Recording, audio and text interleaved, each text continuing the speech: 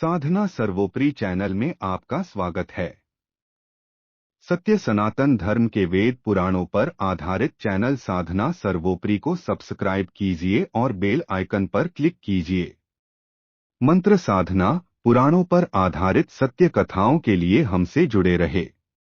हिंदू सनातन धर्म भाग्यवादियों का धर्म नहीं है। वेद, उपनिषद और गीता तीनों ही कर्म को कर्तव्य मानते हैं। यही पुरुषार्थ है जो व्यक्ति भाग्य, ज्योतिष या भगवान भरोसे हैं, उसको भी कर्म किए बगैर छुटकारा नहीं मिलने वाला। धर्मशास्त्र और नीति शास्त्रों में कहा गया है कि कर्म के बगैर गति नहीं। आओ 6 प्रकार के कर्मों के बारे में। 1 नित्य कर्म अर्थात दैनिक कार्य। 2 नैमित्य कर्म अर्थात नियमशील कार्य। 3 काम्य कर्म अर्थात किसी मकसद से किया हुआ कार्य। 4 निष्काम्य कर्म अर्थात बिना किसी स्वार्थ के किया हुआ कार्य। 5 संचित कर्म अर्थात प्रारब्ध से सहेजे हुए कर्म। 6 निषिद्ध कर्म अर्थात नहीं करने योग्य कर्म। जिस तरह से चोर को मदद करने के जुर्म में साथी को भी सजा होती है, ठीक उसी तरह काम्य कर्म और संचित कर्म में हमें अपनों के किए हुए कार्य का भी फल भोगना पड़ता है। और इसीलिए कहा जाता है कि अच्छे लोगों का साथ करो ताकि अपने जीवन में सभी कुछ अच्छा ही अच्छा हो। क्या है संचित कर्म? हिंदू दर्शन के अनुसार मृत्यु के बाद मात्र यह भौतिक शरीर या देह ही नष्ट होती है, जबकि सूक्ष्म शरीर जन्म जन्मांतरों तक आत्मा के साथ संयुक्त रहता है।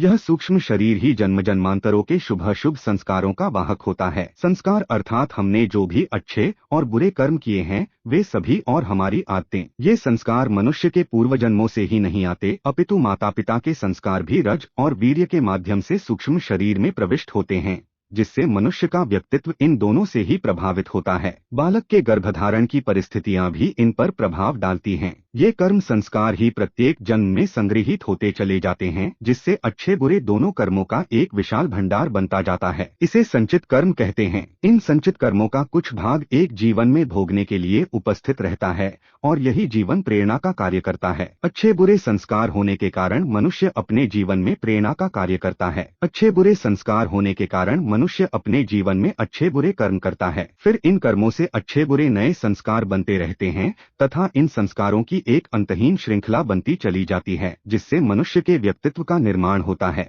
दरअसल इन संचित कर्मों में से एक छोटा हिस्सा हमें नए जन्म में भोगने के लिए मिल जाता है। इसे प्रारब्ध कहते हैं। ये प्रारब्ध कर्म ही नए होने वाले जन्म की योनि व उसमें मिलने वाले भोग को निर्धारित करते हैं। फिर इस जन्म में किए गए कर्म, जिनको क्रियमाण कहा जाता है, वह भी संचित संस्कारों में जाकर जमा होते रहते हैं। वेद पुराणों पर आधारित सत्य मंत्र जाप अनुष्ठान और पौराणिक सत्य कहानियों के लिए आपके अपने चैनल सनातन सर्वोपरि को सब्सक्राइब करके सहयोग करें। धन्यवाद। जय माता दी।